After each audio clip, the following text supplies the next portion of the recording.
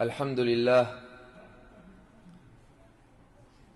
لله رب الأرباب ومسبب الأسباب وخالق خلقه من تراب الذي خضعت لعظمته الرقاب والذي لانت لقدرته الشدائد الصلاب وأشهد أن لا إله إلا الله وحده لا شريك له غافر الذنب وقابل التوب شديد العقاب وأشهد أن نبينا محمدا عبده ورسوله سيد أولي الألباب وعليه أنزل أفضل كتاب وبه بدد الله جل وعلا الظلمات والضباب صلوات ربي وسلامه عليه وعلى آله وعلى جميع الأصحاب والتابعين ومن تبعهم بإحسان إلى يوم الجزاء والحساب. Toutes les louanges appartiennent à Allah, le Seigneur de tous les seigneurs, l'auteur de toutes les causes et le créateur de sa créature de terre, celui devant lequel se rabaissent toutes les nuques et celui pour lequel se soumettent toutes les forces puissantes. Et je témoigne que nul ne mérite d'être adoré en dehors d'Allah, l'unique sans associé, le pardonneur des péchés, l'accepteur du repentir et le sévère en châtiment. Et je témoigne que notre prophète Mohammed est son serviteur et son messager, c'est lui le chef des doués d'intelligence, celui sur lequel aura été révélé le meilleur des livres, et celui par lequel Allah tabaraka wa ta'ala aura transformé et illuminé les ténèbres dans lesquelles les gens erraient, les ténèbres de l'injustice et de l'ignorance. Ô Allah, évoque-le en bien auprès de toi dans les grandes assemblées et préserve-le de tout mal dans ce bas monde ainsi que dans l'au-delà, et accorde-lui ta bénédiction à lui ainsi qu'à sa noble famille, ses chers compagnons, ses bien-aimés et tous ceux qui suivent son chemin et son sentier jusqu'au jour du jugement dernier. أيها الإخوة الكرام وأيتها الأخوات, nous poursuivons notre noble série bénie Silsilatu Raqa'iqil Qulub, la série de l'attendrissement des cœurs, dont l'objectif est et ne cesse d'être attendrir les cœurs durs et avertir les âmes insouciantes et faire vibrer les poitrines et faire frissonner les peaux et pleurer les yeux dans une époque de jours difficiles et de tentations, dans une époque et durant des jours durant lesquels beaucoup de gens se sont préoccupés par la vie de ce bas monde ad-dunya, ayant oublié ou oubliant volontairement la demeure dernière ad-dar al-akhirah, occupés par le fait de rassasier leurs passions et d'assouvir leurs plaisirs, sans savoir en réalité que la mort n'arrive que soudainement, que cet événement n'arrive que subitement, et que le transfert vers l'au-delà se fera automatiquement, comme Allah tabaraka wa ta'ala nous dit: فَهَلْ يَنْظُرُونَ إِلَّا السَّاعَةَ أَن تَأْتِيَهُمْ بَغْتَةً فَقَدْ جَاءَ أَشْرَاطُهَا.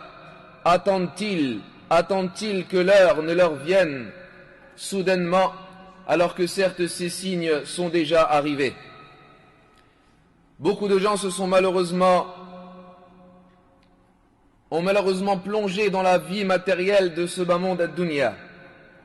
Beaucoup de gens sont partis assouvir et répondre à leurs désirs et à leurs passions, se détournant ainsi totalement de l'ordre de leur Seigneur, le Seigneur des cieux et de la terre, Rabbul Ardi was Sama. Allah nous dit Jalla wa Ala: Ya'lamuna zahiran min al-hayati ad-dunya wa hum 'anil akhirati hum ghafilun. Ils connaissent l'apparence de la vie de ce bas monde, ils connaissent une part de ce bas monde ad-dunya, mais ils sont insouciants quant à l'au-delà.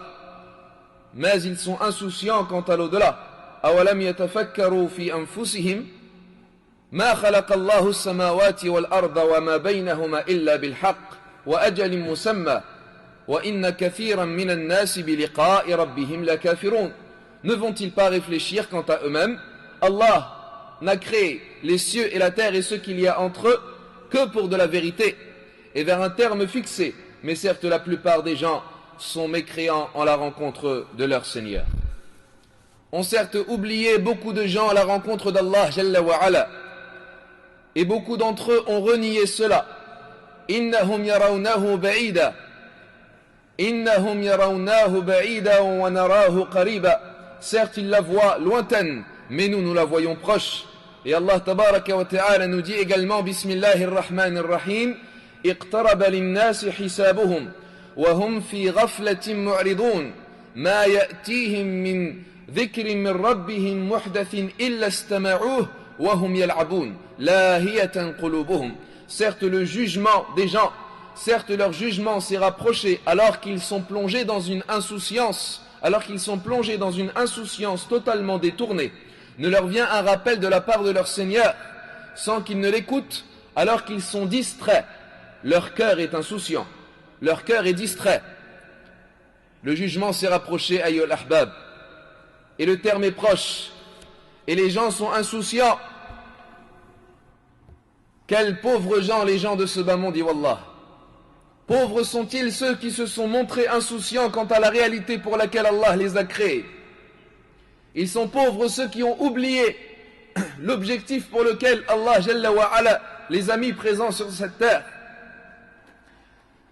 Et nous avions parlé certes lors de notre dernière rencontre ayyul ahbab des causes du châtiment de la tombe, asbabu adhab al-qabr.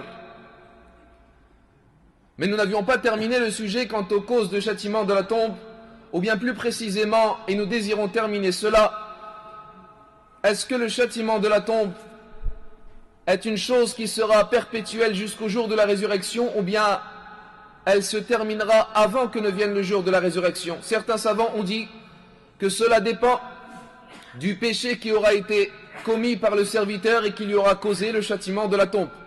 Ainsi, certains grands péchés vont causer alors pour le serviteur un châtiment de la tombe perpétuel et permanent jusqu'à ce qu'arrive le jour de la résurrection, Yawm al-Qiyamah, comme le fait de dormir durant les prières obligatoires ou le fait de consommer l'usure al-riba. Ces péchés qui ont été évoqués dans le hadith de Samurat ibn Jundub radiyallahu anhu, ils ont été évoqués comme étant permanents jusqu'à ce qu'Allah fasse ressusciter les serviteurs. Donc dans ce cas-là, le châtiment de la tombe est permanent. Mais pour d'autres péchés, le châtiment de la tombe peut être ponctuel et Allah Jalla wa Ala peut épargner son serviteur à un certain moment du monde intermédiaire al-Barzakh. Une question également se pose, est-ce que le châtiment de la tombe peut être vu ou entendu? Certains savants l'ont dit, comme Cheikh al-Islam ibn Taymiyyah rahimahullah, il a dit qu'il peut être entendu à certaines fois et à certaines reprises, exceptionnellement. Et ceci a été également évoqué par son élève l'imam Ibn Qayyim rahimahullah dans son livre Al-Ruh. Et le châtiment de la tombe est également entendu par les bestiaux et les animaux, comme nous l'avions évoqué dans le hadith du messager d'Allah sallallahu alayhi wa sallam. Et nous terminons les propos concernant le châtiment de la tombe en évoquant les causes qui permettent à l'homme d'être sauvé et préservé du châtiment de la tombe. La première cause qui te permettra d'être protégé du châtiment de la tombe, adab al-qabr, c'est de délaisser toutes les causes du châtiment de la tombe. Délaisse tous les péchés qui entraîneront au serviteur d'être châtié dans sa tombe. Délaisse la médisance al-riba, la fornication al-zina, l'usure al-riba, le fait de dormir durant les prières obligatoires, etc.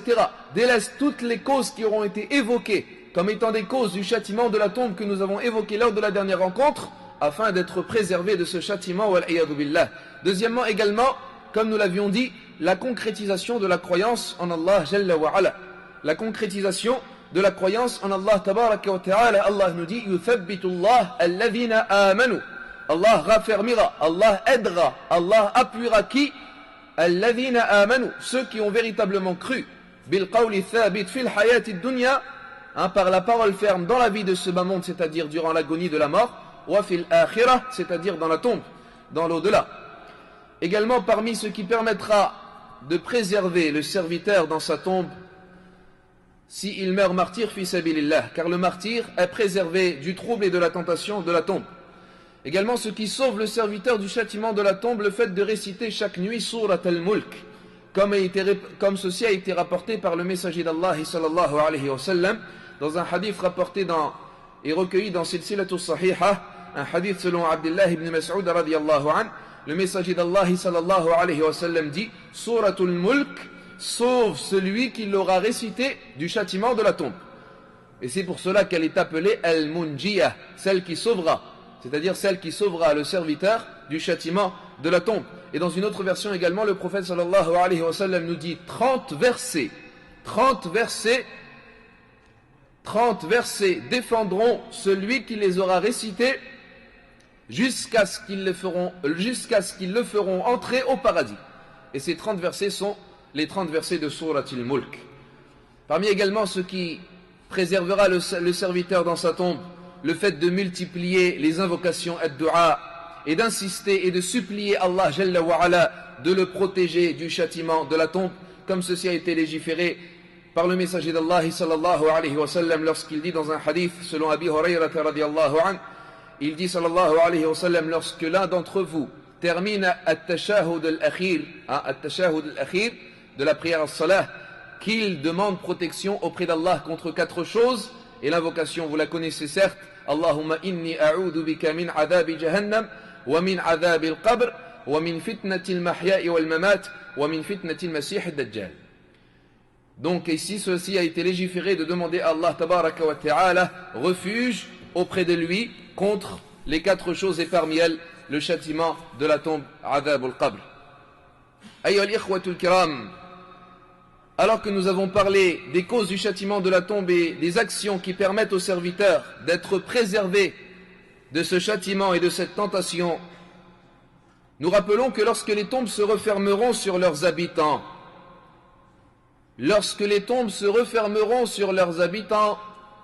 il y aura parmi eux des favorisés et des châtiés. Il y aura parmi ces habitants des heureux et des malheureux, des personnes honorées par Allah et des personnes humiliées par Allah dans leur tombe. Allah nous dit وَمَن يُهِنِ اللَّهِ فَمَا لَهُ مِن مُكْرِمٍ إِنَّ اللَّهَ يَفْعَلُ مَا يَشَاءُ. Et quant à celui qui aura été humilié par Allah, il n'aura personne pour l'honorer. Et certes, Allah fait ce qu'il veut. Ces corps ont été posés dans ces fossés, dans ces tombes, pour qu'ils deviennent des nourritures pour les vers et pour la terre et turab. Où est donc ta prestance, ayyuhal insan? Où est donc ton éloquence? Où est ta beauté? Où est ta belle apparence? Où est ta bonne odeur? Où est ton langage et ta parole? Yabna turab wa ma'kul turab aqsir fa innaka ma'kul wa mashrub.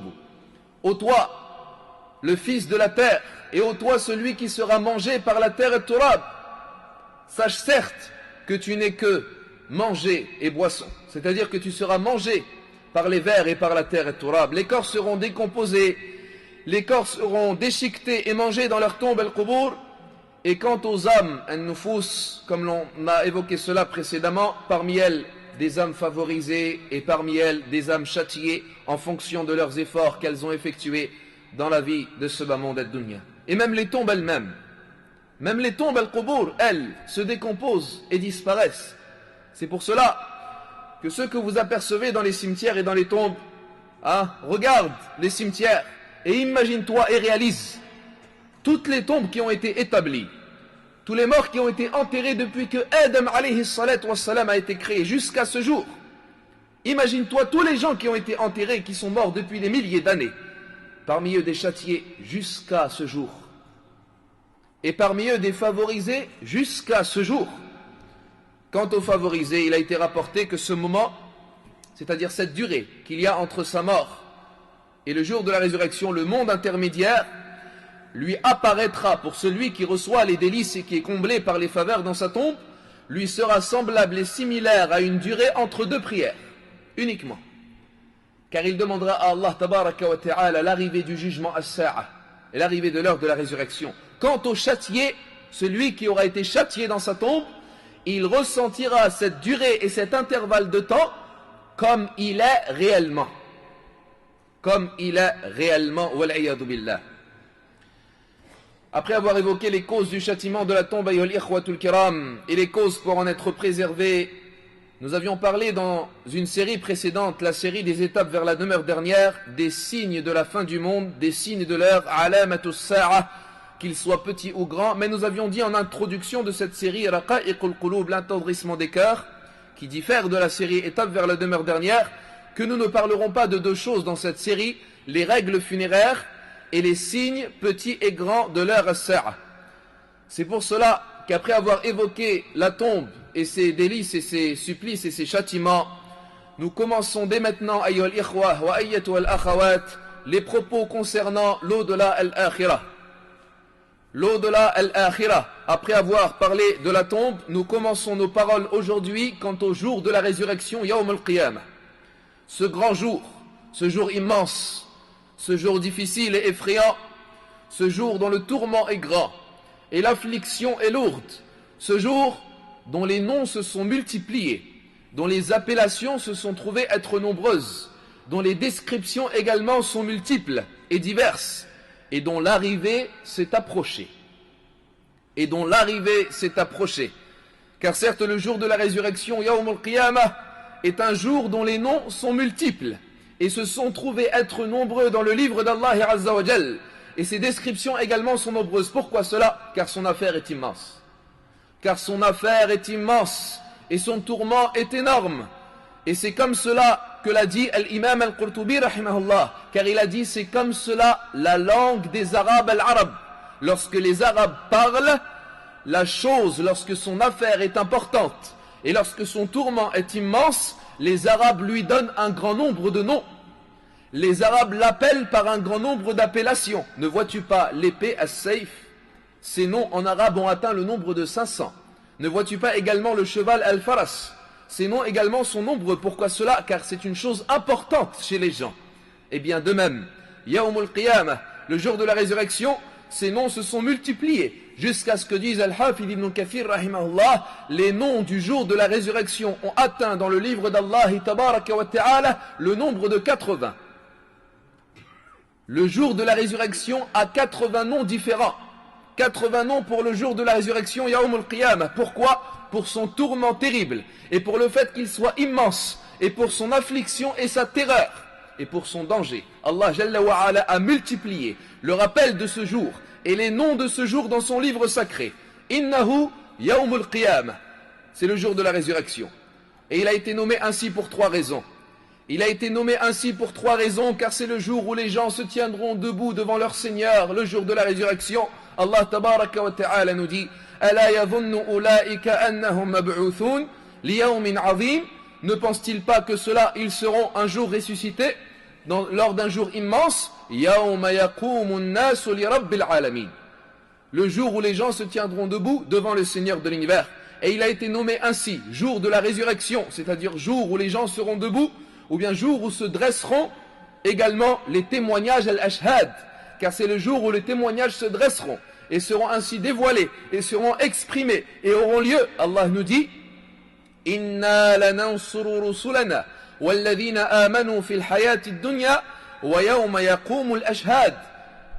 Nous allons donner victoire à ceux qui ont cru et à nos messagers dans la vie de ce monde ad-dunya, et le jour où se dresseront les témoignages.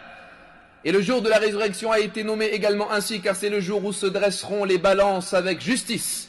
C'est le jour où se dresseront les balances al-mawazin avec justice. Allah nous dit: وَنَضَعُ الْمَوَازِينَ الْقِسْطَ لِيَوْمِ الْقِيَامَةِ فَلَا تُظْلَمُ نَفْسٌ شَيْئًا وَإِنْ كَانَ مِثْقَالَ حَبَّةٍ مِّنْ خَرْدَلٍ أَتَيْنَا بِهَا وَكَفَى بِنَا حَاسِبِينَ. Allah nous dit: et nous dresserons les balances de la justice le jour de la résurrection. Aucune âme ne sera alors lésée, et ne serait-ce que s'il y a, ne serait-ce que le poids d'un atome ou le poids d'un grain de moutarde de bien, nous allons venir avec cette chose-là, et nous suffisons comme étant les propres juges. Et Allah tabaraka wa ta'ala a appelé également le jour de la résurrection Yawmut Tarabun, le jour de la grande perte. Le jour de la grande perte, Allah tabaraka wa ta'ala nous dit: Yawma yajma'ukum li yawmil jam'. Le jour où il vous rassemblera, le jour du rassemblement, et tel est le jour de la grande perte. Et il a été nommé jour du rassemblement, car c'est le jour où Allah rassemblera les premiers et les derniers de ses serviteurs dans un endroit unique.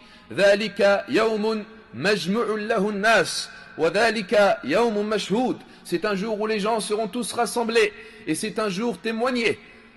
Allah tabaraka wa ta'ala nous dit également: Qul innal awwalina wal akhirin lamajmu'una ila miqati yawmin ma'loum. Dit certes les premiers et les derniers seront tous rassemblés durant un jour déterminé. Et il a été nommé Yawmut Tarabun, le jour de la grande perte. Wal ghabn, c'est la perte d'une chose, c'est-à-dire le fait de l'avoir raté, le fait de l'avoir perdu. Comme dans la vente, lorsque le vendeur vend à un acheteur une marchandise à un prix qui dépasse énormément la valeur réelle de cette marchandise. Cela s'appelle al-ghabn. Et le jour de la résurrection a été appelé ainsi du fait des pertes qui ont lieu ce jour-là. Du fait des pertes qui ont lieu ce jour-là. Qatada, rahimahullah, et d'autres nous disent, car c'est le jour où les gens du paradis vont gagner sur les gens de l'enfer. Et ainsi les gens de l'enfer perdront. Alors, et également ce qui arrive comme perte des places et des endroits dans le paradis al-Jannah, ou en enfer également, na'am, car le non-musulman et le mécréant, à l'origine, s'il s'était converti, s'il était rentré dans l'islam, et s'il avait obéi à Allah tabaraka wa ta'ala, il a une place qui lui est destinée au paradis al-Jannah, lui ainsi que sa famille. Mais lorsqu'il a préféré la mécréance à la foi, et lorsqu'il a préféré l'association au tawhid, il a perdu cette place. Et Allah Jalla wa Ala la donnera alors à un unificateur al-Muwahhid. Et le non-musulman se fait ainsi avoir le jour de la grande perte. Et il perd sa place au paradis al-Jannah. Yawm al-Tarabun. Et c'est également, comme l'a dit le savant al-Imam al-Allama al-Shanqiti rahimahullah ta'ala, le fait de perdre quelque chose arrive également aux gens de la croyance Ahlul Iman, le jour de la résurrection. Car tout croyant regrettera quant à son absence dans l'augmentation de biens et dans l'augmentation de bienfaisance. Lorsqu'il verra, il réalisera les différents degrés qu'il y a dans le paradis al-Jannah. Et il se rendra compte alors qu'il a perdu une place plus élevée qu'il aurait pu avoir à cause de sa négligence dans ce bas monde ad-dunya. Donc c'est un sentiment de perte qui aura lieu durant ce jour pour tout le monde. Yawma yajma'ukum li yawmil jam', dhalika yawmut tarabun. Le jour où il vous rassemblera, le jour du rassemblement, tel est le jour de la grande perte. Et c'est également le jour de la rencontre. Yawmut talaq, comme Allah nous dit, yawmahum barizoun, la yakhfa ala Allah minhum shay. Ou bien avant cela, il nous dit, rafi'ud darajat, dhul arsh, yulqi ruha min amrih, ala man yasha'u min ibadih, liyundhira yawmat talaq, afin d'avertir ses serviteurs durant le jour de la rencontre. Et le jour de la rencontre a été nommé ainsi, car c'est le jour où le Créateur rencontrera la créature. Le jour où l'injuste rencontrera l'oppressé. Le jour où le tueur rencontrera le tué. Le jour de la résurrection, c'est le jour de la rencontre Yawmut Talaq. Et le jour de la résurrection a également d'autres noms. Il a été appelé également Yawmul Hisab, le jour du jugement. Hada ma tu'adun li yawmil hisab. Voilà ce qui vous a été promis, le jour du jugement. Il a été appelé également Al-Yawmul Akhir, le jour dernier, car c'est le dernier jour, car il n'y aura plus de jour après lui. Car il n'y aura plus de jour après lui. Et parmi ces noms également, Yawmul Haqqa, le jour de la concrétisation. Yawmul Haqqa, Al-Haqqa, Mal-Haqqatu wa ma adrakum Al-Haqqa. C'est le jour, comme les savants nous disent, où se concrétisera et où arrivera avec vérité et réalité la promesse d'Allah et sa menace. C'est également le jour de l'événement. Yawmul Waqi'ah, comme Allah tabaraka wa ta'ala nous dit, إذا وقعت الواقعة ليس لوقعتها كاذبة خافضة رافعة. Lorsque arrivera l'événement, personne ne pourra traiter de mensonge son arrivée. Il élèvera et il rabaissera. Et ceci pour le fait qu'il va véritablement arriver. C'est un événement. Donc c'est ainsi le jour de l'événement. C'est également le jour de la proximité. Al-Azifah, Yawmul Azifah, Azifatul Azifah, laysa laha min dunillahi kashifa. Le fait que ce jour, comme l'ont dit les savants, est proche et dont l'arrivée est très proche. Wa andirhum Yawm al-Azifah, le jour très proche de la proximité. Idil qulub lada al-hanajiri kadhimin. Il a été nommé également le jour de celle qui retentit. Al-Qari'ah. Al-Qari'ah, c'est ce qui retentit dans les poitrines. Al-Qari'atu mal-Qari'ah wa ma adraka mal-Qari'ah. Il a été nommé ainsi car il retentit et il fait vibrer les cœurs al-Qulub par ses afflictions et ses tourments. Il a été nommé ainsi également le jour qui englobe. Yawmul Ghashiyah. Il englobe et il enveloppe. Hal ataka hadithul Ghashiyah. Est-ce que t'es venu l'information ou bien les propos concernant Al-Ghashiyah, car il englobe les gens de sa catastrophe, et il englobe les gens de ses tourments et de ses afflictions. Et il a été nommé également Yawmut Tammatul Kubra, le jour de la grande catastrophe. فإذا جاءت الطامة الكبرى يوم يتذكر الإنسان ما سعى وبرزت الجحيم لمن يرى. Il a été nommé ainsi car le jour de la résurrection est lui-même une catastrophe. Et il a été nommé également As-Sakha, le cri. فإذا جاءت الصاخة. Il a été nommé ainsi car il assourdit les oreilles et il rend les oreilles sourdes, tellement le souffle dans la trompe sera fort ce jour-là. Il a été nommé également Yawmul Hasra, le jour du regret, car ce jour-là les serviteurs regretteront, car ce jour-là les serviteurs auront des remords, comme Allah tabaraka wa ta'ala nous dit قَدْ خَسِرَ الَّذِينَ كَذَّبُوا بِلِقَاءِ اللَّهِ حَتَّى جَاءَتْهُمُ السَّاعَةُ بَغْتَةً قَالُوا يَا حَسْرَتَنَا عَلَى مَا فَرَّطْنَا فِيهَا وَهُمْ يَحْمِلُونَ أَوْزَارَهُمْ عَلَى ظُهُورِهِمْ أَلَا سَاءَ مَا يَزِرُونَ. Certes, ont perdu ceux qui ont traité de mensonge la rencontre d'Allah, jusqu'à ce que ne leur vienne l'heure de la résurrection soudainement. Ils diront malheur à nous, ils regretteront et ils exprimeront leur remords. Malheur à nous dans ceux que nous avons négligés quant à cette heure, alors qu'ils porteront leur fardeau sur leur dos. Certes, quel mauvais fardeau qu'ils porteront. C'est également le jour des appels, Yawmut Tanad, le jour des appels. Wa ya qawmi inni akhafu alaykum yawmat tanad. Oh mon peuple, j'ai peur pour vous le jour des appels. Yawma tuwalluna mudbirin, ma lakum min Allahi min asim. Le jour où vous tournerez le dos et vous vous enfuirez, mais vous n'avez de protecteur qu'Allah. Wa ma yudlilillahu fama lahu min had. Et quiconque Allah égare, il n'aura point de guide. Il a été nommé ainsi le jour des appels, du fait du grand nombre d'appels ce jour-là. Lors du jugement Al-Hisab, lorsqu'Allah appellera les serviteurs au jugement, lorsqu'Allah appellera les serviteurs pour la justice les uns entre les autres, lorsqu'Allah appellera les serviteurs afin qu'ils se présentent devant Allah, c'est le jour où le Créateur appellera les créatures. C'est le jour où les gens du paradis appelleront les gens de l'enfer. وَنَادَ أَصْحَابُ الْجَنَّةِ أَصْحَابَ النَّارِ أَنْ قَدْ وَجَدْنَا مَا وَعَدَنَا رَبُّنَا حَقًّا فَهَلْ وَجَدْتُمْ مَا وَعَدَ رَبُّكُمْ حَقًّا قَالُوا نَعَمْ. Et les gens du paradis appelleront les gens de l'enfer. Et ils leur diront, nous avons certes trouvé ce que notre Seigneur nous a promis comme vérité. Est-ce que vous avez trouvé ce que votre Seigneur vous avait promis? Et ils diront oui.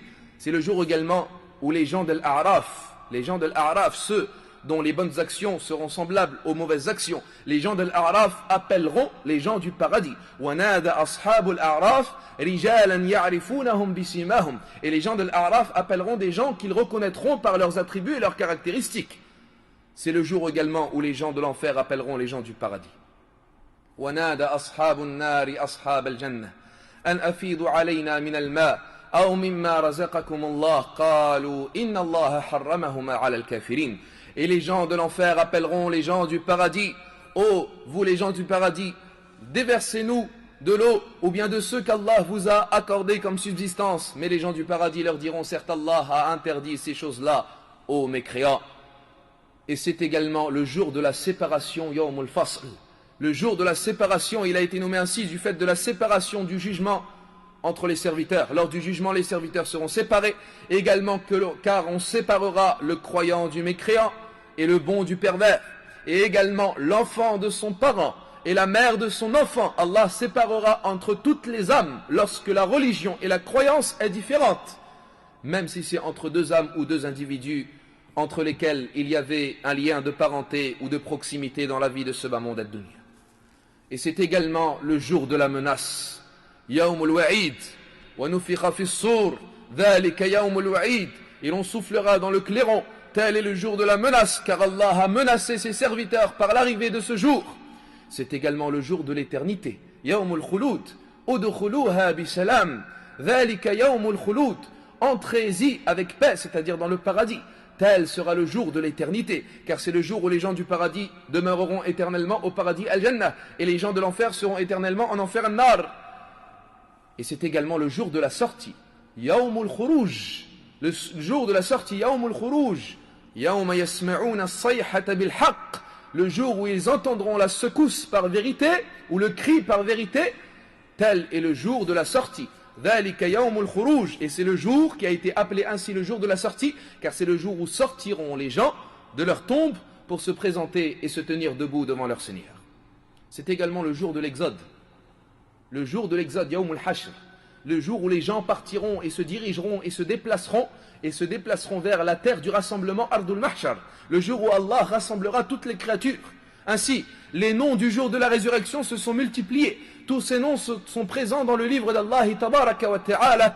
Ces noms se sont multipliés, et si nous comptions leur nombre, et si nous les énumérons tous, ceci serait bien long pour notre conférence, mais ce que nous venons d'évoquer nous suffit. C'est un jour dont les noms différents se sont multipliés, et dont les descriptions sont également nombreuses, du fait de son affliction et de son tourment terrible. C'est également un jour dont l'arrivée est proche.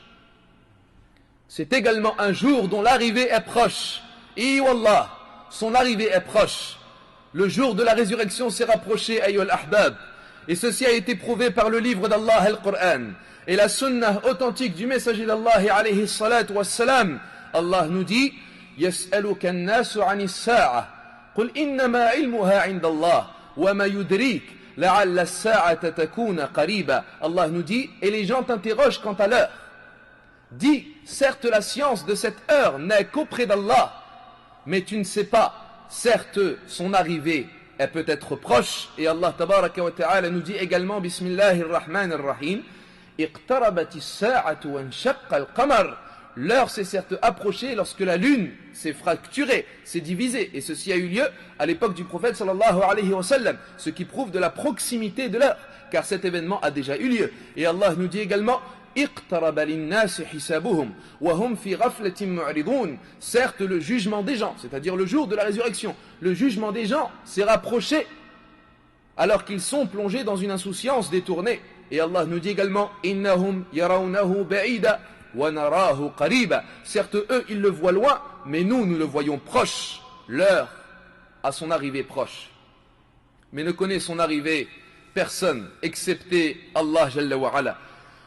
Ainsi ne connaît et ignore l'heure, c'est-à-dire l'arrivée de l'heure de la résurrection, même un ange rapproché, et même un prophète envoyé.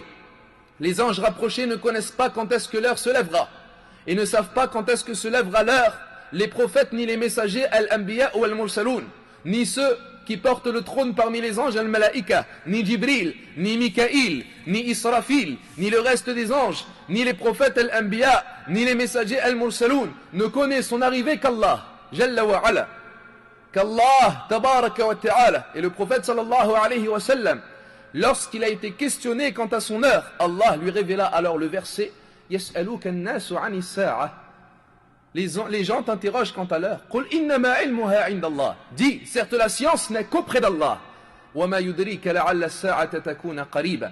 Et qui te dit, certes l'heure de la résurrection, peut-être elle est proche. Et Allah lui dit également, Yas'aluka 'ani as-sa'ati ayyana mursaha. Yas'alunaka 'ani as-sa'ati ayyana mursaha. Les gens t'interrogent quant à l'heure. Quand est-ce qu'elle arrivera? Quelle en est sa science? Il lui dit, Jalla wa Ala, قل إنما عند ربي لا يجليها لوقتها إلا هو. Dis-leur, certes la science de cette heure n'est qu'auprès de mon Seigneur. قل إنما علمها عند ربي لا يجليها لوقتها إلا هو. Ne décide de cette heure que mon Seigneur, que lui, جل وعلا. لا يجليها لوقتها إلا هو. ثقلت في السماوات والأرض. Et elle pèse, c'est-à-dire son arrivée pèse sur les cieux et la terre. La ta'tikum illa baghta. Et elle ne vous viendra que soudainement. La ta'tikum illa baghta. Yas'alunaka ka'annaka hafiyyun anha. Ils t'interrogent comme si tu en avais la science. Qul innama ilmuha 'inda Allah. Dis, certes sa science n'est qu'auprès d'Allah. Walakinna akthara an-nasi la ya'lamun. Mais la plupart des gens ne le savent pas. Et Allah lui révéla également le verset وَيَسْأَلُونَكَ عَنِ السَّاعَةِ أَيَّانَ مُرْسَاهَا فِيمَا أَنْتَ مِنْ ذِكْرَاهَا إِلَى رَبِّكَ مُنْتَهَاهَا إِنَّمَا أَنْتَ مُنْذِرٌ مَنْ يَخْشَاهَا. Allah lui dit, et il t'interroge quant à l'heure, quand est-ce qu'elle arrivera? D'où est-ce que tu peux en avoir la science? D'où est-ce que tu peux en avoir le rappel? إِلَى رَبِّكَ مُنْتَهَاهَا. C'est vers Allah Jalla wa Ala qu'il y a sa science et sa connaissance. Tu n'es qu'un avertisseur qui la craint également et qui la redoute.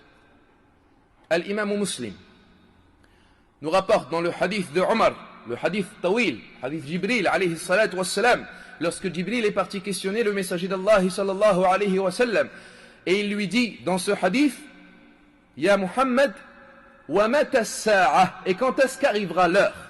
Il lui demande quant à l'heure as-sa'a, et alors le prophète sallallahu alayhi wa sallam lui dit, mal mas'oulu anha bi'a'lami min as-sa'il. Ni celui qui est questionné, c'est-à-dire moi-même, le questionné n'en est pas plus savant que le questionneur. C'est-à-dire que moi-même, je ne sais pas l'heure de la résurrection, ni toi, Jibril alayhi salam. Ainsi, celui qui prétend la science de l'heure, celui qui prétend connaître la science de l'heure de la résurrection, ou bien la connaissance du moment de son arrivée, il est mécréant en Allah, Jalla wa ala. Car sa science fait partie du monde invisible, al-ghaib, dont Allah, Jalla wa ala, a spécifié lui seul de la connaître. Inna Allah indahu ilmu sa'a. Appartient à Allah seul la science de l'heure. Et cette science fait partie des clés de l'inconnaissable. Lorsqu'Allah nous dit wa indahu mafatihul ghaib, et il détient les clés de l'inconnaissable, parmi elles ilmu sa'a, la science de l'heure. Nous ne connaissons pas la science de l'heure de la résurrection, c'est-à-dire quand est-ce qu'aura lieu ce jour, quand est-ce que se lèvera l'heure, quand est-ce qu'aura lieu la fin du monde, mais nous savons qu'elle est proche. Nous savons qu'elle est proche, son arrivée s'est certes rapprochée. Et sont arrivés certes la plupart de ces petits signes. فَهَلْ يَنْظُرُونَ إِلَّا السَّاعَةَ أَنْ تَأْتِيَهُمْ بَغْتَةً فَقَدْ جَاءَ أَشْرَطُهَا. Attend-il que ne leur arrive soudainement l'heure? Sont certes arrivés ces signes. La plupart des petits signes de l'heure de la résurrection sont arrivés, ayyuhal ikhwa. Son arrivée est proche.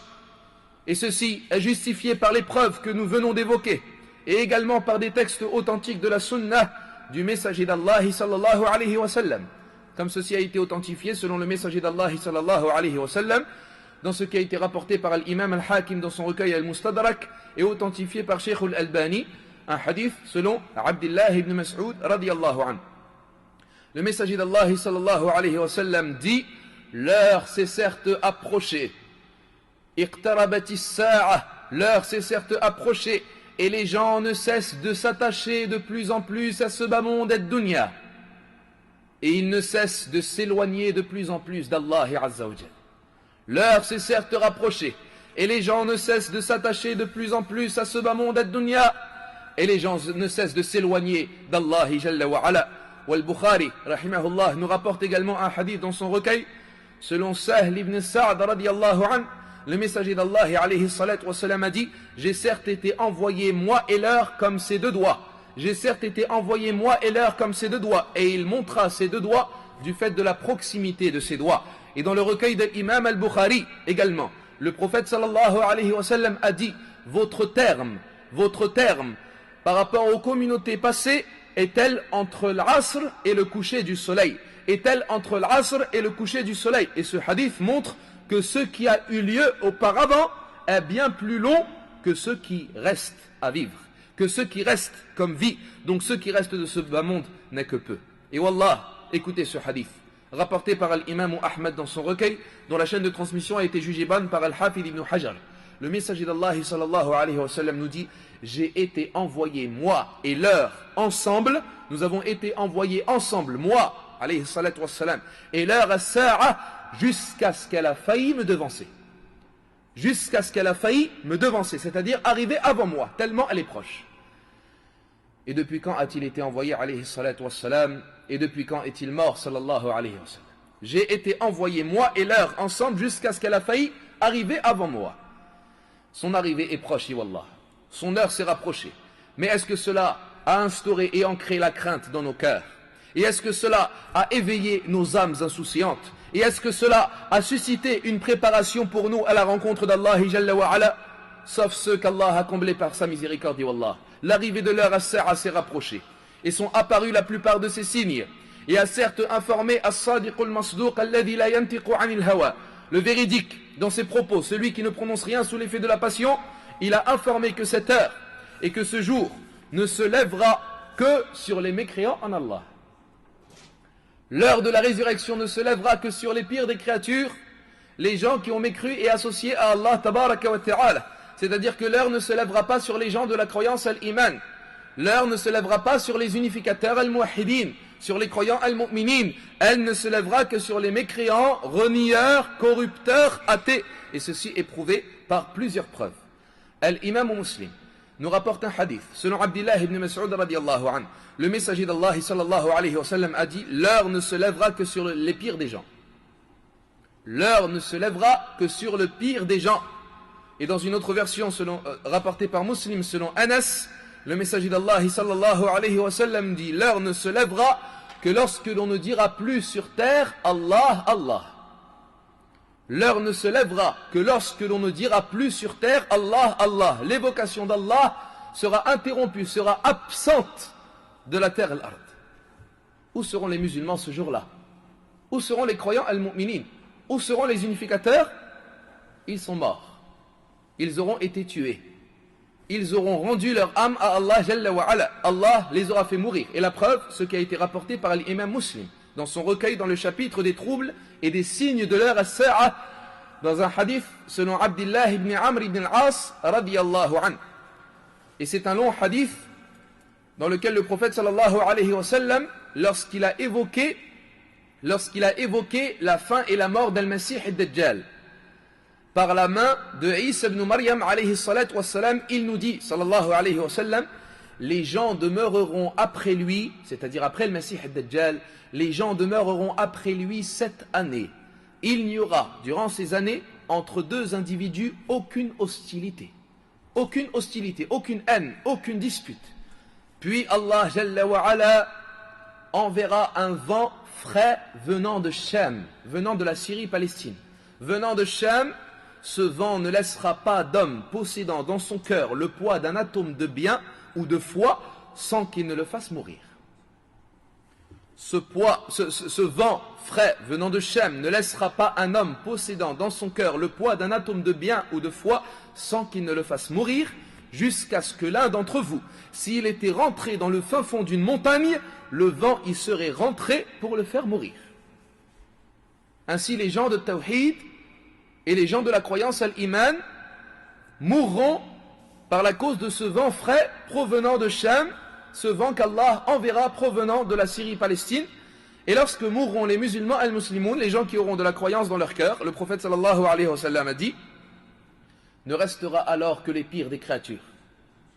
Ne resteront alors que les pires des créatures, légers comme l'oiseau et à l'esprit des bestiaux, c'est-à-dire sans aucune raison, à l'esprit des animaux. Les pires des créatures à l'esprit des animaux, ils ne connaîtront pas de convenable et ils n'interdiront pas de blâmable. Puis il dit alayhi salatu wassalam: le diable, le shaitan, apparaîtra à eux et leur dira: ne répondez donc vous pas? Et alors ils diront: et qu'est-ce que tu nous ordonnes? Et alors il leur ordonnera, il nous dit alayhi salatu wassalam, il leur ordonnera d'adorer les idoles al-awthan, ils les adoreront. Et dans cette situation, ils vivront avec une large subsistance. Et ils vivront une bonne vie, puis on soufflera dans le clairon. Puis on soufflera dans la trompe. L'heure ne se lèvera ainsi que sur les pires des créatures. Et on soufflera dans le clairon. Qu'est-ce que le clairon? Qu'est-ce que la trompe? C'est une corne dans laquelle on souffle. C'est une corne dans laquelle on souffle. Comme ceci a été rapporté authentiquement selon Abdullah ibn Amr radiyallahu anhu, un hadith rapporté par Ahmed, et également dans Silsilatu Sahiha, le messager d'Allah sallallahu alayhi wa sallam a été questionné quant au clairon, as-sour. Il dit: c'est une corne dans laquelle on souffle. Et qui est-ce qui soufflera dedans? Innahu Israfil alayhi salatu wassalam. C'est Israfil. Israfil est un ange parmi les anges d'Allah. Et Allah l'a chargé de souffler dans ce clairon. Et lui, en ce moment même, a saisi le clairon. Et il s'est préparé de la façon la plus grande des préparations. Et il est concentré et attentif. Et il attend avec attention le moment où Allah lui ordonnera à n'importe quel instant. Il regarde ainsi en destination du trône du tout miséricordieux Ar-Rahman. Écoute ce hadith, rapporté par Al-Hakim dans son recueil Al-Mustadrak, et qui a été approuvé par Shaykh Al-Albani et par l'imam Al-Dhahabi. Selon Abi Hurayra radiyallahu anhu, le messager d'Allah sallallahu alayhi wa sallam dit: le propriétaire du clairon, depuis qu'on le lui a chargé, regarde en destination du trône du tout miséricordieux, de peur qu'on lui ordonne avant qu'il ne cligne de l'œil, ses yeux sont tels deux astres lumineux. Regardez la préparation de cet ange, alayhi salatu wassalam. La préparation de cet ange immense, il attend quoi? Il attend quand est-ce qu'on lui ordonnera de souffler dans ce clairon. Il attend ce moment ultime de la part d'Allah Jalla wa Ala, le moment auquel on lui ordonnera de souffler dans ce clairon afin d'annoncer l'heure de la résurrection. Et wallahi, l'état de Israfil alayhi salatu wassalam, la situation dans laquelle se trouve en ce moment même cet ange immense, Israfil, a fait en sorte que le prophète sallallahu alayhi wa sallam ne se réjouisse plus de la vie de ce bas monde. Ne lui plaise plus aucun délice de ce bas monde ad-dunya. Ne lui plaise plus le fait de demeurer dans cette vie et dans cette demeure. Et qu'il ne se tourne plus vers les délices et les bienfaits et les faveurs. Écoute ce hadith rapporté par Ahmad et Tirmidhi avec une chaîne de transmission authentique selon Abi Sa'id al-Khudri radiyallahu anhu. Le messager d'Allah sallallahu alayhi wa sallam dit: Kayfa, comment puis-je me réjouir? Comment puis-je me réjouir alors que le propriétaire du clairon l'a saisi et a tendu son front et a prêté son ouïe, et il attend d'être ordonné de souffler pour qu'il souffle? Comment puis-je me réjouir? Comment puis-je profiter de ce bas monde ad-dunya? Voilà ce que disait le prophète sallallahu alayhi wa sallam, celui pour lequel Allah Jalla wa Ala a pardonné les péchés passés et futurs. Comment puis-je me réjouir de ce bas monde ad-dunya alors que le propriétaire du clairon l'a saisi et a tendu son front et a prêté son ouïe? Il attend d'être ordonné de souffler afin qu'il souffle. Et les musulmans lui dirent alors: et que devons-nous dire alors, ya Rasulallah? Que devons-nous dire alors? Et alors il dit: dites hasbunallah wa ni'mal wakil, tawakkalna ala Allahi rabbina. Dites qu'Allah est celui qui nous suffit et c'est le meilleur des garants. Nous plaçons notre confiance en Allah, notre Seigneur. L'heure s'est rapprochée, ayyuhal ikhwatul kiram. Me croirais-tu si je te disais qu'elle ne se lèvera que lors d'un jour que nous venons de vivre aujourd'hui, que lors d'un jour semblable à ce jour-là, innahu yawmul jumu'ah, le jour du vendredi, na'am, car c'est lors de ce jour que se lèvera l'heure de la résurrection, comme l'a dit le prophète sallallahu alayhi wa sallam, l'heure ne se lèvera qu'un jour du vendredi. Et la preuve à cela, ce qui a été rapporté authentiquement par l'imam Ahmad dans un hadith selon Aus ibn Aus radiyallahu anhu. Le messager d'Allah sallallahu alayhi wa sallam dit: le meilleur de vos jours est le jour du vendredi, yawmul jumu'ah. Lors de ce jour a été créé Adam alayhi salam, et lors de celui-ci il est mort, et lors de celui-ci il y a le souffle an-nafra, et lors de celui-ci as-sa'qa, la mort de toutes les créatures.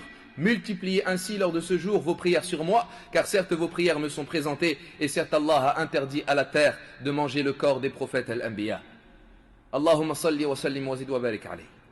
Al-Imam al-Tabarani nous rapporte avec une chaîne de transmission authentifiée par Cheikh al-Albani, selon Anas radiyallahu anhu, que le messager d'Allah sallallahu alayhi wa sallam a dit: m'ont été présentés les jours et m'a été présenté le jour du vendredi, yawmul jumu'ah.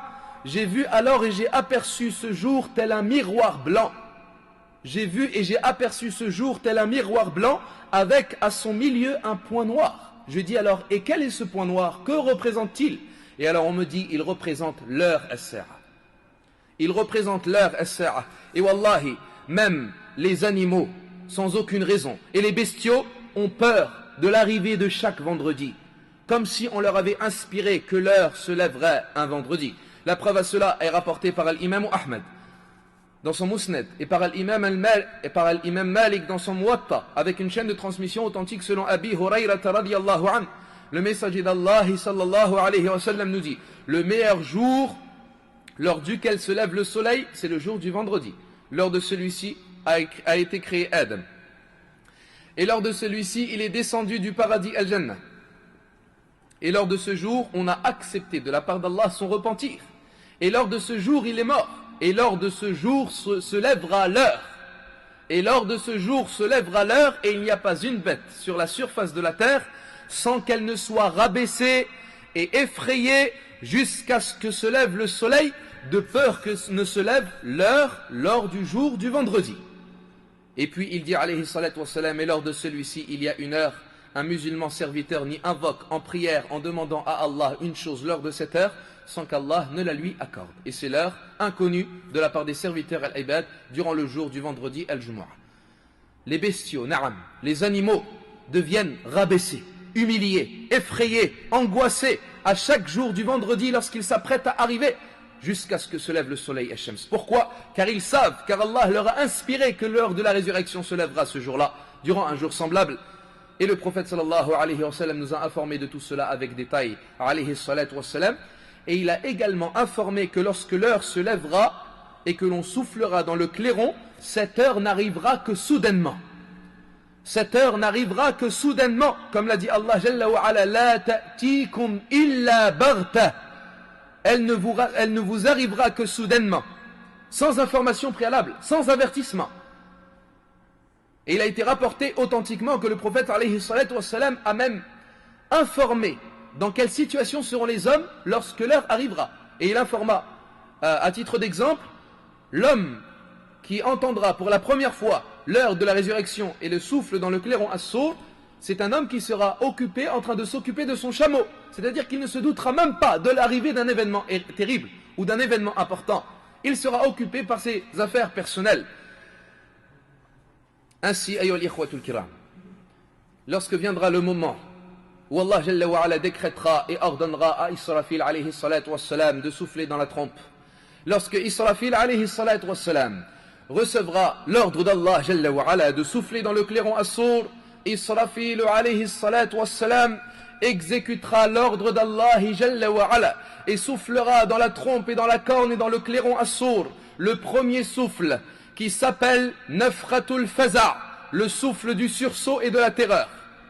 Le souffle du sursaut et de la terreur. Allah Jalla wa ala nous dit وَيَوْمَ يُنْفَخُ فِي الصُّورِ فَفَزِعَ مَنْ فِي السَّمَاوَاتِ وَمَنْ فِي الْأَرْضِ إِلَّا مَنْ شَاءَ اللَّهُ وَكُلٌّ أَتَوْهُ دَاخِرِينَ. Allah nous dit, et le jour où l'on soufflera dans la trompe, sursautera alors de terreur tous ceux qui seront dans les cieux et tous ceux qui seront dans la terre, sauf ceux qu'Allah épargnera, et tous seront alors humiliés, et tous viendront alors humiliés. Quelle affliction, quelle terreur, c'est un souffle terrible, ayyuhal ahbab, c'est un souffle effrayant que soufflera Israfil alayhi salatu wassalam, et tout le monde l'entendra. Que se passera-t-il? وَيَوْمَ يُنْفَخُ فِي الصُّورِ فَفَزِعَ مَنْ فِي السَّمَاوَاتِ وَمَنْ فِي الْأَرْضِ. Sursautera de peur, et sursautera de surprise, et de terreur, tous ceux qui sont dans les cieux et tous ceux qui sont dans la terre, sauf ceux qu'Allah épargnera. Et il n'y a pas de preuve authentique, il n'y a pas de preuve authentique ni dans le Coran, ni dans la Sunna, prouvant qui est-ce et qui sont les gens qui sont épargnés par Allah tabaraka wa ta'ala. C'est pour cela que les savants al-ulama ont divergé quant à ce sujet. Certains ont dit qu'Allah Jalla wa ala épargnera les anges al-malaïka. D'autres ont dit qu'Allah tabaraka wa ta'ala préservera les martyrs al-shuhada. D'autres ont dit que ce sont les prophètes al-anbiya. D'autres ont de même dit que ce sont les femmes du paradis hurul 'ain. Ainsi les savants ont divergé quant à ce sujet. C'est pour cela que nous nous attarderons pas sur ce sujet, puisqu'il n'y a pas de preuve authentique ni dans le Coran ni dans la Sunna, et que les savants ont divergé quant à cela. فَفَزِعَ مَنْ فِي السَّمَاوَاتِ وَمَنْ فِي الْأَرْضِ. Sursauteront de terreur ceux qui sont dans les cieux et ceux qui sont dans la terre, c'est-à-dire ceux qui sont dans les cieux parmi Ahlus Sama, Al-Malaika, les anges, et ceux qui sont sur terre, Al-Jinn, et les humains, Al-Ins, et les bestiaux, Al-Baha'im, tous seront terrorisés par le souffle de la terreur, Nafratul Faza'. Na'am. فَفَزِعَ مَنْ فِي السَّمَاوَاتِ وَمَنْ فِي الْأَرْضِ إِلَّا مَنْ شَاءَ اللَّهُ وَكُلٌّ أَتَوْهُ دَاخِرِينَ. Et tous se déplaceront et se dirigeront et viendront alors humiliés et rabaissés et effrayés et angoissés. Allah tabaraka wa ta'ala nous dit وَيَوْمَ يُنْفَخُ فِي الصُّورِ فَلَا أَنْسَابَ بَيْنَهُمْ يَوْمَئِذٍ وَلَا يَتَسَاءَلُونَ. Le jour où l'on soufflera dans la trompe, il n'y aura plus de lien de parenté ce jour-là, et l'on ne sera plus interrogé, c'est-à-dire qu'il n'y aura plus, les gens ne seront même pas interrogés sur ce qu'ils feront, et ils seront tous guidés par Allah tabaraka wa ta'ala. Israfil alayhi salatu wassalam cette fois-ci soufflera le souffle de la terreur et du sursaut. À ce moment-là, ayyuhal ahbab, aucune chose ne restera à sa place.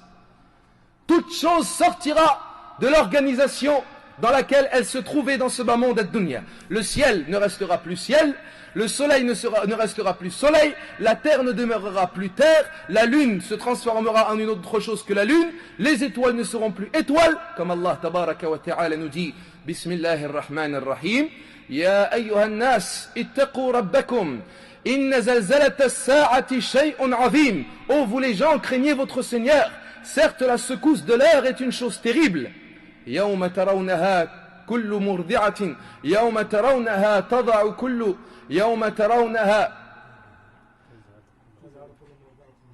ترونها تضع كل مرضعة عما أرضعت وتضع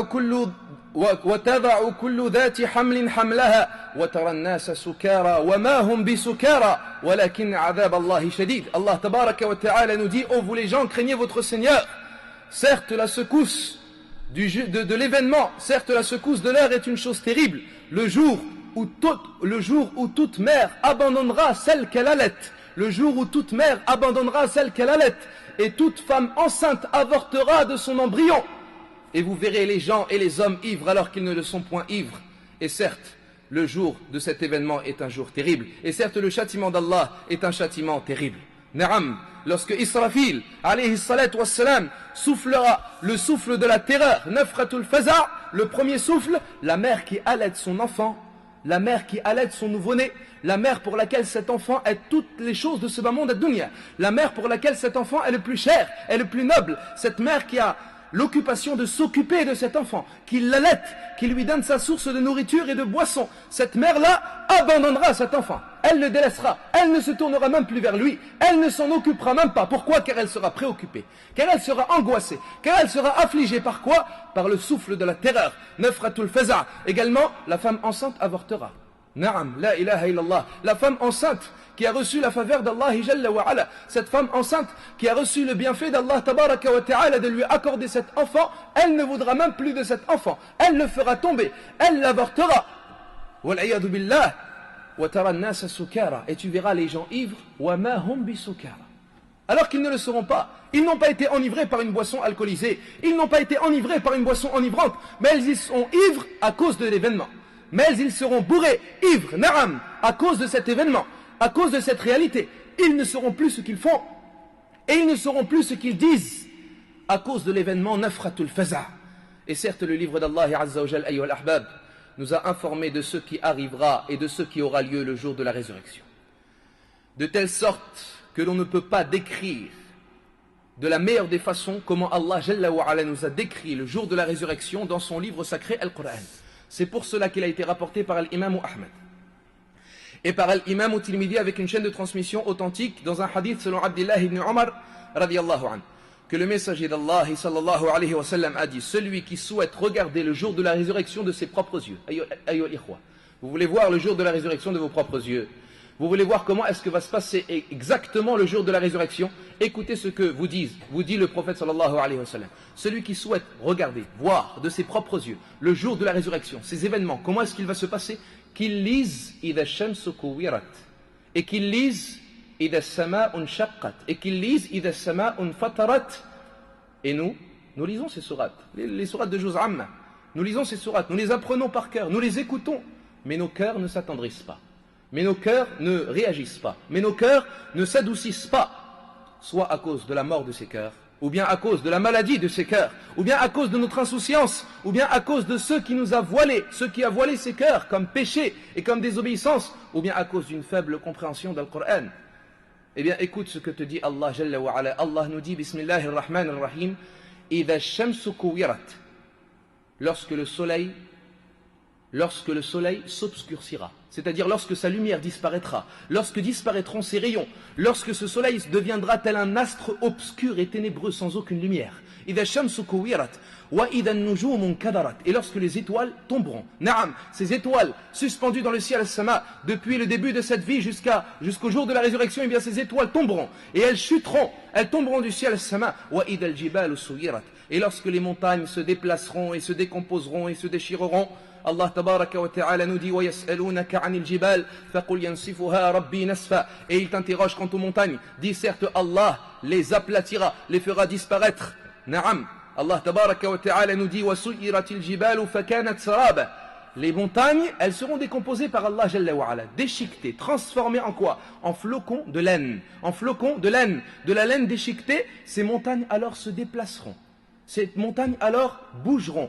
Et elles seront émiettées et décomposées. Ces montagnes, regardez la créature de la montagne, c'est une des créatures les plus solides, une des créatures les plus ancrées dans la terre et l'ard, une des créatures les plus volumineuses. Mais malgré cela, Allah Jalla wa Ala te montre sa puissance. Allah Jalla wa Ala te montre sa force. Allah Jalla wa Ala te montre comment est-ce que les choses sortiront de leur organisation le jour de la résurrection. Même les montagnes les plus ancrées, même les montagnes les plus solides, elles se mettront à bouger, à se déplacer. Elles seront déchiquetées, elles ne valeront plus rien, elles ne seront plus solides, elles ne seront fragiles que comme de la laine déchiquetée. Cette montagne se déplacera. Cette montagne qui touche par sa cime et son sommet les nuages, as-sahab.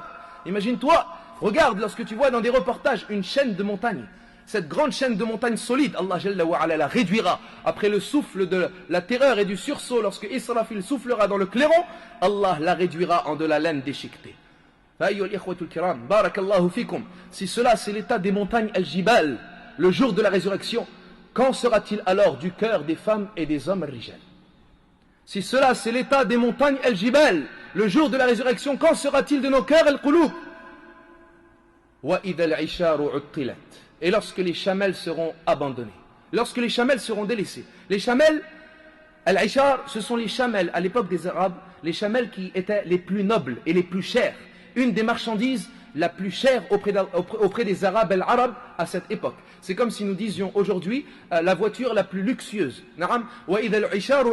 Lorsque ces chamelles seront abandonnées, elles seront délaissées, leurs propriétaires les abandonneront, les délaisseront, ne se tourneront même plus vers elles. Pourquoi? Car ils seront préoccupés et souciés par un événement plus terrible. Ils ne se tourneront plus vers elles. Et lorsque les bestiaux seront rassemblés, Naam, Allah Jalla wa Ala rassemblera tous les animaux, tous les bestiaux. Il rassemblera tous les animaux selon leurs espèces et leurs catégories. Les bestiaux seront rassemblés pour être jugés les uns entre les autres.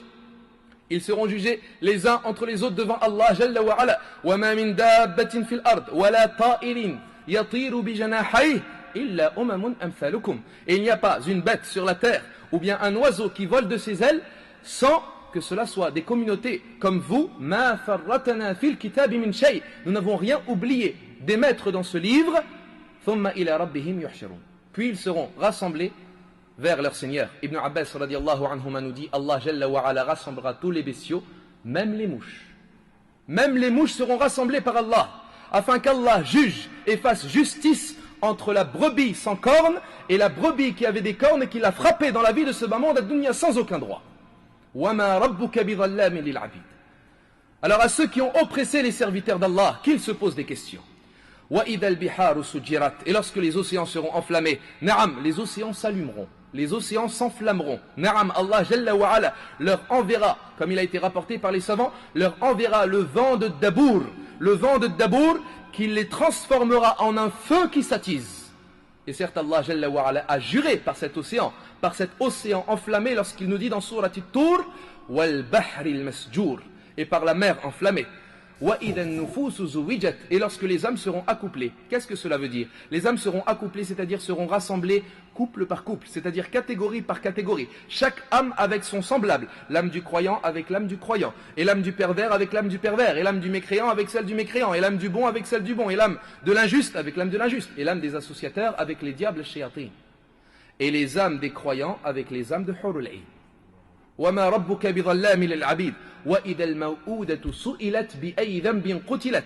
Et lorsque la fille enterrée vivante sera questionnée pour quel péché tu as été enterrée vivante. Qu'est-ce que cela? C'est à l'époque pré-islamique, à l'époque avant que ne vienne le prophète sallallahu alayhi wa sallam, avant que ne soit envoyé le prophète Muhammad alayhi salatu wa sallam en tant que prophète et messager. Les Arabes creusaient un trou lorsque l'accouchement de la femme allait avoir lieu. Ils creusaient un trou, venait la femme alors à bord du trou, à bord de ce trou. Si c'était une fille qu'elle avait accouchée, elle la faisait tomber dans le trou et elle renfermait ce trou, wal-iyadu billah. Et si c'était un garçon, elle le gardait et elle le prenait. Elle sera questionnée de cette question. Qui est-ce? La personne qui aura enterré vivant cette fille, elle sera questionnée d'une question de blâme et de reproche pour celui qui l'a enterrée. Pourquoi est-ce qu'elle l'a tuée et pourquoi est-ce qu'elle l'a enterrée alors qu'elle n'avait commis aucun péché ni crime? Et si, nous disons, si l'époque pré-islamique a enterré la petite fille vivante, Eh bien, et comme l'a dit le prophète sallallahu alayhi wa sallam, wal ma'oudatu fil jannah, et la fille enterrée vivante sera au paradis al-jannah, comme l'a dit le prophète alayhi salatu wa sallam authentiquement. L'enterrement de la fille enterrée vivante avait lieu à l'époque pré-islamique. Nous disons que l'enterrement de la femme vivante a lieu dans cette époque, mais ce n'est pas un enterrement physique, mais c'est un enterrement moral, un enterrement physique, un enterrement spirituel plutôt, un enterrement de ses valeurs, et un enterrement de ses droits, et un enterrement de son honneur et de sa dignité. Certes, la femme a été enterrée dans cette époque, dans ce monde vil, et dans ce monde sans aucune valeur et sans aucune morale, en prétendant sa liberté, et en prétendant son égalité avec l'homme, comme ils le prétendent.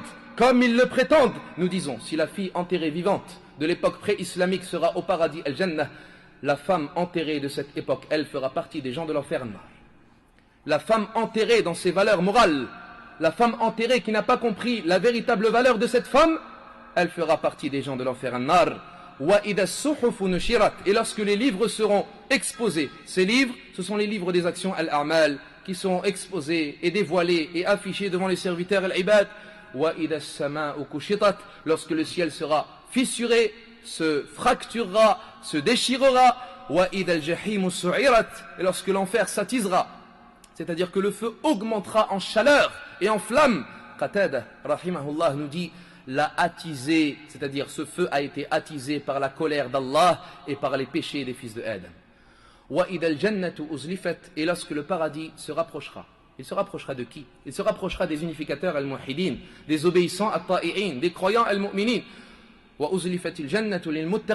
Et le paradis se sera rapproché des pieux.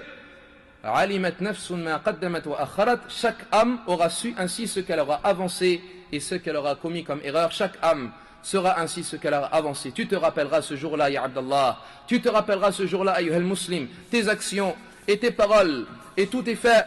يوم تبلو كل نفس ما أسلفت وردوا إلى الله مولاهم الحق. Et Allah tabaraka wa ta'ala nous dit également Bismillahir Rahmanir Rahim, إذا السماء انفطرت, lorsque le ciel se fissurera, se fracassera, وإذا الكواكب انتثرت, et lorsque les planètes et les astres tomberont, naam, elles tomberont réellement, وإذا البحار فجرت.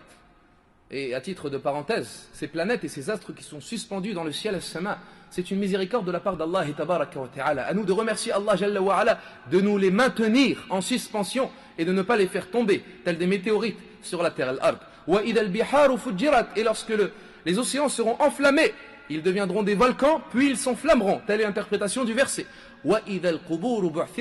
Et lorsque les tombes s'ouvriront, elles s'ouvriront pour faire sortir ce qu'elles contiennent comme mort. Et Allah nous dit tabaraka wa ta'ala, إذا السماء انشقت وإذا السماء انشقت وأذنت لربها وحقت وإذا الأرض مدت وألقت ما فيها وتخلت وأذنت لربها وحقت. C'est-à-dire que lorsque le ciel se fracassera et se fissurera, et lorsque la terre fera sortir ce qu'elle contient comme fardeau, c'est-à-dire tous ces morts, tous ceux qu'ils vivront dans cette tombe, tous ces morts qui sont dans ces tombes depuis qu'ils sont morts jusqu'au jour de la résurrection, elle fera ainsi sortir ce fardeau qui pesait lourd sur elle, et par cela elle se soumettra à l'ordre d'Allah Azza wa Jal. Ayyuhal ikhwatul kiram, ces trois sourates qui font vibrer des montagnes solides et bien ancrées, mais malheureusement ne font pas vibrer des cœurs qui sont endurcis et des âmes insouciantes et des yeux desséchés. Toute chose sortira le jour de la résurrection après ce souffle, le souffle de la terreur, de son organisation dans ce bas monde ad-dunya. À toi de t'imaginer ces tourments et ces afflictions. Les gens se préoccupent à cause de conflits. Les gens sont soucieux à cause des guerres. Les gens, lorsqu'ils rencontrent des guerres ou qu'ils vivent ces guerres-là, ils ne sont même pas touchés et ils n'ont même plus le goût à la boisson ou à la nourriture ou au sommeil. Nous disons, si le conflit et les guerres préoccupent, si les conflits et les guerres rendent tristes et terrorisent les gens dans ce bas monde ad-dunya, alors qu'en est-il d'une chute de planètes ou d'astres? Qu'en est-il d'océans enflammés? Qu'en est-il de tous ces événements qui auront lieu durant l'heure de la résurrection? Vivez avec moi, ayyuhal ikhwa, avec vos âmes et avec vos cœurs, ceux qui nous rapprochent de ce qu'il se passera le jour de la résurrection, le jour du remords, le jour du regret. Les gens seront plongés dans la terreur comme nous l'avons dit. Ils seront plongés dans la peur. Tous voudront fuir. Tous voudront s'échapper. Tous voudront se sauver. Mais comme l'a dit Allah tabaraka wa ta'ala, فَإِذَا بَرِقَ الْبَصَرُ وَخَسَفَ الْقَمَرُ, lorsque la vue sera fixée, c'est-à-dire que l'orbite, les yeux sortiront de leur orbite, ils seront alors fixés, et les yeux seront alors ouverts énormément, car ils verront des choses qu'ils n'ont jamais imaginées, et qu'ils ne réalisent pas. فَإِذَا بَرِقَ الْبَصَرُ, وخسف القمر. Et lorsque la lumière de la lune disparaîtra, وجمع الشمس والقمر. Les savants nous disent lorsque le soleil et la lune seront rassemblés et réunis par Allah, et ils seront jetés en enfer, afin de blâmer et de reprocher ceux qui se sont permis d'adorer le soleil et la lune en dehors d'Allah. يقول الإنسان يومئذ أين المفر. L'être humain dira ce jour-là, où la fuite, où fuir, où est-ce que je pourrais m'échapper à cela, où est-ce que je pourrais fuir? Kalla la wazar. Non, mais il n'y aura pas d'abri, il n'y aura pas de refuge. Al-wazar, c'est l'abri, tel la montagne, tel le refuge. Il n'y aura pas d'abri, ni de refuge, ni de protection ce jour-là. وَنُفِخَ فِي الصُّورِ فَفَزِعَ مَنْ فِي السَّمَاوَاتِ وَمَنْ فِي الْأَرْضِ إِلَّا مَنْ شَاءَ اللَّهِ. Et l'on soufflera dans la trompe et dans le clairon, sursauteront alors de peur tout ce qu'il y a dans les cieux et tout ce qui sont dans la terre, sauf ce qu'Allah Jalla wa Ala épargnera. Et les gens demeureront dans cet état en pleine terreur et en plein effroi pendant 40. Ils demeureront 40. 40 quoi? 40 jours, 40 mois, 40 années, nous ne savons pas. Ce qui a été rapporté dans les deux recueils authentiques selon Abi Huraira, le prophète sallallahu alayhi wa sallam a dit entre les deux souffles 40. Et alors il dit, Ya Aba Huraira, 40 jours, il dit Abayt, j'ai refusé. Ils lui dirent 40 mois, il dit Abayt, j'ai refusé. Ils lui dirent 40 années, il dit Abayt, c'est-à-dire j'ai refusé de questionner le messager d'Allah sallallahu alayhi wa sallam. Il est ainsi probable que Abu Huraira n'avait pas la connaissance de la durée de cela.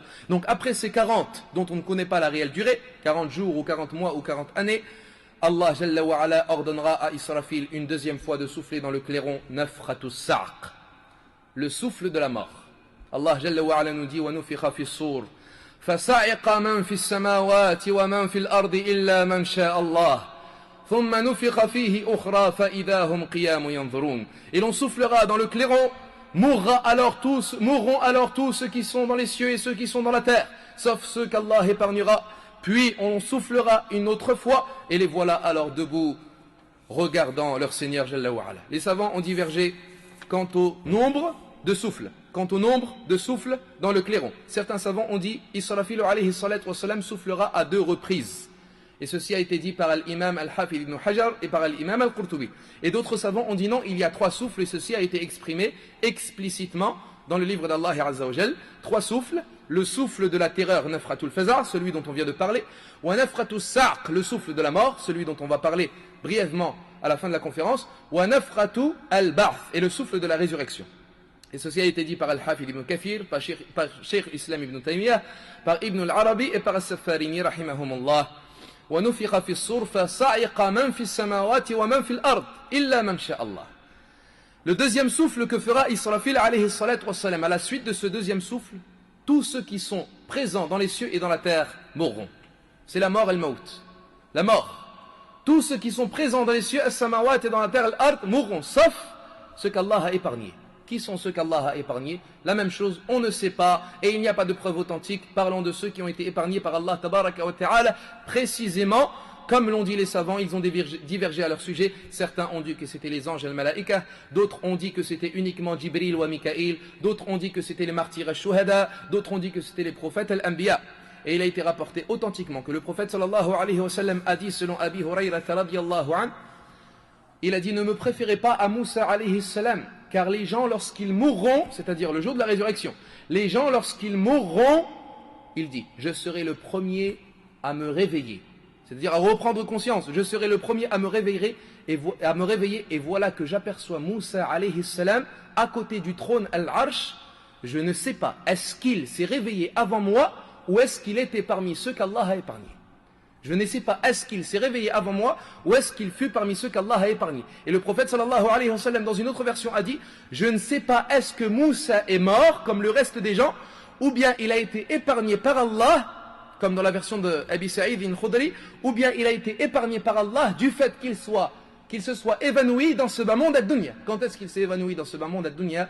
Lorsqu'il a demandé à Allah de le voir, lorsqu'Allah nous dit à la parole de Moussa alayhi salam, Rabbi arini anzur ilayk, oh mon Seigneur, laisse-moi te voir. Qala lan tarani, il lui dit, tu ne me verras pas, walakin anzur ila al-jabal, fa in istaqarra makanahu fa sawfa tarani, mais regarde la montagne, peut-être que lorsque tu fixeras cet endroit, tu me verras.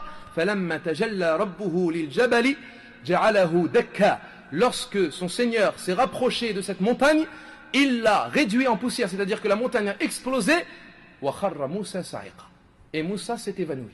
il a perdu conscience. Eh bien cette perte de conscience, peut-être que c'est grâce à celle-là qu'Allah Jalla wa Ala l'épargnera le jour de la résurrection de Nafratus Sa'q. En tout cas, toute créature mourra dans les cieux et dans la terre, sauf ceux qu'Allah Jalla wa Ala épargnera. Tout vivant mourra, ayyul ikhwatul kiram, sauf le vivant al-hayy. Sauf celui qui ne meurt jamais, Jalla wa Ala. Sauf al-hayy alladhi la yamut. Qui est-ce qui les a fait mourir? Qui est-ce qui leur a écrit la mort? Innahu Allah Jalla wa Ala. Et qui est-ce qui restera? Innahu Allah tabaraka wa ta'ala. Huwa al-baqi. Huwa al-awwal. Awwalun bila ibtida. C'est le premier sans début. Wa akhirun bila intiha. Et c'est le dernier sans fin. C'est le premier que rien n'a précédé. Et le dernier que rien ne succédera. Allah Jalla wa Ala fera mourir tout le monde. Où sont ceux qui étaient attachés à la vie de ce bas monde, qui s'attachaient à cette vie pour n'importe quel prix? Où sont ceux qui ont vendu leur religion pour ce bas monde? Où sont ceux qui ont vendu leur au-delà pour cette demeure? Ou et pire encore, où sont ceux qui ont vendu, comme l'a dit Ibn Qayyim, où sont ceux qui ont vendu leur religion pour la vie d'autrui? Car certains vendent leur religion, pas pour leur vie, mais pour la vie de quelqu'un d'autre. Mourront tous ceux qu'il y a dans la terre et tous ceux qui sont dans les cieux, illa man sha Allah, et le monde demeurera alors entièrement dans un calme étrange, un calme effrayant, une solitude angoissante. Et à ce moment, Allah Jalla wa Ala pliera, il pliera les cieux as-samawat et la terre al-ard réellement, d'une façon réelle, dont on ne connaît pas la manière et la description. Allah Jalla wa Ala pliera les cieux et la terre, comme il nous dit dans Surat Az-Zumar, wal ardu jami'an qabdatuhu yawm al-qiyamah was samawati matwiyatun bi yaminih. Et la terre entière, il l'a qabdatuhu yawm al-qiyamah. Il la saisira le jour de la résurrection. Et les cieux seront pliés dans sa main droite le jour de la résurrection. Subhanahu wa ta'ala amma yushrikun. Dans le recueil de l'imam Muslim, dans le recueil authentique, selon Abdullah ibn Umar radiallahu anhuma, le prophète sallallahu alayhi wa sallam nous dit: Allah pliera les cieux as-samawat yawm al-qiyamah, puis il les saisira de sa main droite et il s'écrira et il dira: Ana al-Malik, je suis le roi. Ayna al-Jabbaroun, où sont les tyrans? Ayna al-Mutakabbiroun, où sont les orgueilleux? Et telle est la version de l'imam Muslim selon Ibn Umar. Telle est la version de l'imam Muslim selon Ibn Umar. Et une autre version dans les deux recueils authentiques selon Abi Hurayra. Écoutez cette version. Le Seigneur Jalla wa Ala, lorsqu'il a plié les cieux as-samawat et les terres al-aradin, il dira: Ana al-Malik, je suis le roi. Ayna al-Jabbaroun, où sont les tyrans? Ayna al-Mutakabbiroun, où sont les orgueilleux? Ayna mulukul ard, où sont les rois de la terre? Ayna mulukul ard, où sont les rois de la terre? Ibn Umar radiallahu anhuma nous dit, et écoutez, le prophète sallallahu alayhi wa sallam, lorsqu'il a dit ce hadith, alors qu'il le disait sur son minbar se mit à trembler et se mit à bouger jusqu'à ce que l'on eût peur que le prophète alayhi salatu wa sallam tombe. Nous adressons ce hadith et la parole de Ibn Umar à ceux qui se prétendent être des salafis, qui se prétendent être des salafis. Est-ce que le prophète alayhi salatu wa sallam est un thawri, comme vous le dites? Est-ce que le prophète sallallahu alayhi wa sallam fait réveiller les troupes ou fait réveiller les peuples contre le gouverneur ad-dawla? C'est lui qui a appelé à cela. Et c'est lui qui a exprimé ce hadith. Et c'est lui qui a transmis ce qu'Allah Jalla wa Ala dira le jour de la résurrection: Ayna mulukul ard. Pourquoi nous disons cela? Car il faut se fier à l'actualité. Certains jeunes ignorants, lorsqu'ils entendent un conférencier ou un prêcheur ou un imam dire ce hadith, ou exprimer ce hadith, ou dire qu'Allah Jalla wa Ala dira Ayna mulukul ard, où sont les rois de la terre, ils disent: cet imam c'est un thawri, cet imam il est innovateur, cet imam il est égaré. Wal'iyadu billahi azza wa jal. Nous disons, nous transmettons ce que le prophète alayhi salatu wa sallam a transmis. Et il l'a dit alors que son minbar bougeait, alors qu'il a failli tomber. Donc il l'a dit avec hargne, alayhi salatu wa sallam. C'est comme cela que nous transmettons de la part du prophète sallallahu alayhi wa sallam. Et ces hadiths ne font pas révolter le peuple contre l'État, mais ils sont transmis comme ils ont été transmis de la part du prophète sallallahu alayhi wa sallam. Et celui qui nous a enseigné l'obéissance au gouverneur musulman, c'est le Seigneur Jalla wa Ala et notre prophète alayhi salatu wa sallam. Et le Seigneur dit bien: Ayna mulukul ard, où sont les rois de la terre? Et lorsque nous disons cela, nous ne parlons pas d'un roi en particulier ou d'un gouverneur spécifiquement. Mais ces jeunes-là, malheureusement, qui se prétendent à suivre le chemin des prédécesseurs et des salafs, ont mal compris. Ils mettent les choses dans autre chose que leur contexte. Et lorsqu'ils entendent un prêcheur dire cela, ils l'égarent. Nous disons, ils veulent égarer les gens et ils veulent détourner les gens des prêcheurs et des conférenciers et des imams afin que les gens se tournent vers les têtes des ignorants al-juhal. et ils obstruent au sentier d'Allah sans qu'ils ne s'en rendent compte. Allah Jalla wa Ala dira Ana al-Malik, je suis le roi. Aina mulukul ard, où sont les rois de la terre? Où sont ceux qui se sont fait adorer en dehors d'Allah Jalla wa Ala par les serviteurs d'Allah? Où sont les pharaons? Où sont les rois de Perse? Où sont les empereurs? Où sont ceux qui ont rabaissé et humilié les serviteurs d'Allah? Et où sont ceux qui ont égaré et humilié? Où sont-ils? Allah Jalla wa Ala appelle. Il appellera ce jour-là. Il lancera cet appel. Mais il n'y aura aucun questionneur à part lui. Et il n'y aura également personne qui ne pourra répondre ce jour-là. Fala mujib. Il appellera par la langue de la majesté et la langue de l'immensité. Yawmahum barizun, le jour où ils seront exposés. La yarfa ala Allah minhum shay. Rien n'échappera de leur part à Allah tabaraka wa ta'ala. Il appellera Jalla wa Ala en disant Limanil mulkul yawm. À qui appartient la royauté ce jour-là? Et il répondra par une réponse d'immensité et de majesté Lillahi al-wahid al-qahar. À Allah, le suprême et l'unique. Alors, ô celui, comme l'a dit un des rois, avant de mourir, un roi pieux et vertueux, il dit, ô celui dont le royaume ne périra jamais, fais miséricorde à celui dont le royaume vient de périr. Allah Jalla wa Ala nous dit, Kullu man alayha fan, wa yabqa wajhu rabbika dhul jalali wal ikram. Tout sera voué à disparaître et ne restera que la face de ton Seigneur pleine de noblesse et de majesté. Kullu shay'in halikun illa wajhah. Tout sera voué à la perdition sauf son visage.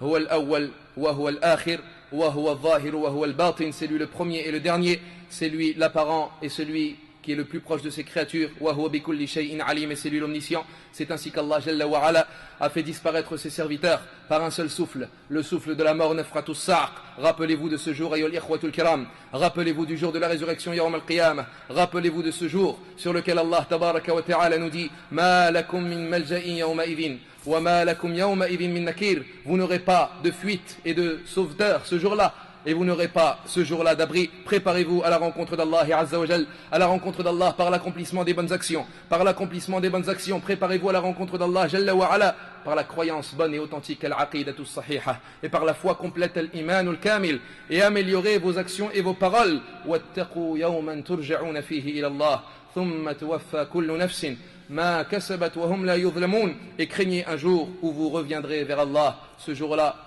où chaque âme ne sera pas lésée, et elle ne sera pas lésée et elle verra tout ce qu'elle aura acquis. As'alullah azza wa jal bi asma'ihi al-husna wa sifatihi al-ula an yarzuqana al-ikhlasa wa as-sawaba fi al-qawli wal-amal, an yaj'alana min alladhina yastami'una al-qawla fayattabi'una ahsanah, ulaika alladhina hadahumullah wa ulaika hum ulul albab.